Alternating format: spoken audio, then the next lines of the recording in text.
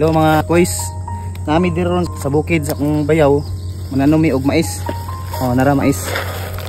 Mo ni akong itanom kay para maabot ang panahon nga naagi tayo ma-harvest. Unang angay gud magkugi kita kay para na tayo maani pohon di ara gid tayo makaon. Munang ang kaning pagtanom og mais, parting kapuya ni kay kanang kang imong hawak, doko, tindog, buyok. Apoy kining magtanom og mais dili ni basta-basta nga mura lang og yaga. Kay tawan hapon ani imong hawak ani murag masapli sa kakapoy.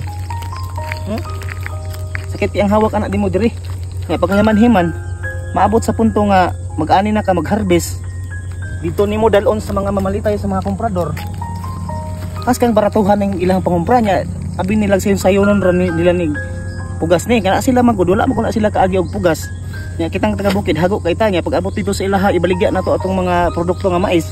Parte ng bratuha halos pangayo na. Nya dili wala sila kabalo nga unsa ka lisod ang pagtanom aning mais unsa ka kapoy. Bulad sa init taman hapon sakit kay ang hawak ang kanang kamot mga luthan. Ngunang kamo mga komprador kabalo punta mo maluoy sa mga nagpugas og mais sa taga bukid kay para sa mga taga bukid. Kay di gilali magbaol nya halos mapangayoon pa ninyo ng per kilo ng mais nga harvest. Grabe digid mo mga luoy. Lagi ubang mga buyer nga halos pangayoon na lang ng hago sa mga taga bukid. Nga perting kapuya kayo magpugas. Yon sayonon ra. Nya napay uban. Utangon pa ng mais. Pabalik-balikon pa ng mga taga bukid og singil nya ang mga taga bukid nang nangyawat anang pamasahe. Nya mo pay pabalik-balikon sa buyer og patingil ana ilahang ikumpra nga wala gi bayaran dayon. Munang kamo mga buyer anang lungsod. Palihog lang. Pagbaton po na mo kaluoy sa mga taga bukid kay dili lalim ning magpugas og mais. Mag-uma. Mo na timan-an ninyo. May gani kamo magpayahay ra. Igo ra mo pa-interest mo patubo ra sa inyong gipampalit nga mais. Nigalingkod ra mo. Dagko na kay mo ginansya nya kaning mga taga bukid nga moy galihok. Init og ulan ang among madawat diri. Munang kamot unta maluoy pud mo. Napoy uban nga mo timbang panahon sa timbang na aning mga produkto. Dili pa na tarungon ng pagtimbang anang mga pagtimbang sa mais, anang mga saging na nga aning mga bukid. Tayo pion pa pagtimbang ng mga produkto. Binuangan ba?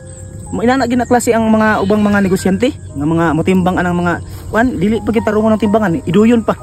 Grabe gid mo mga para sa inyo nga mga para sa inyo akong giingon para sa inyo mga mangumprahay nga mga negosyante nga naay pagkamaro sahay.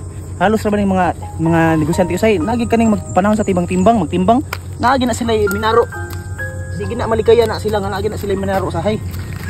Kapilan nako ana. Na mopalit ko anang magbaligya minaruan. Nya kaning pagpugas aning mais aning pagpanguma wala ini say interminaro ni. Kay buyok naman ka, painit, paulan. Nya pag-abot sa binaruan ng timbang. Mura gina akong ikakuan sa inyo ang mga negosyante anang lungsod. Nga dili gid mo maluoy og mga taga bukid. Munang sugod karon, kamong mga negosyante, pagbaton mo kaluoy sa mga taga bukid. Kay di basta-basta ang mga mag-uuma.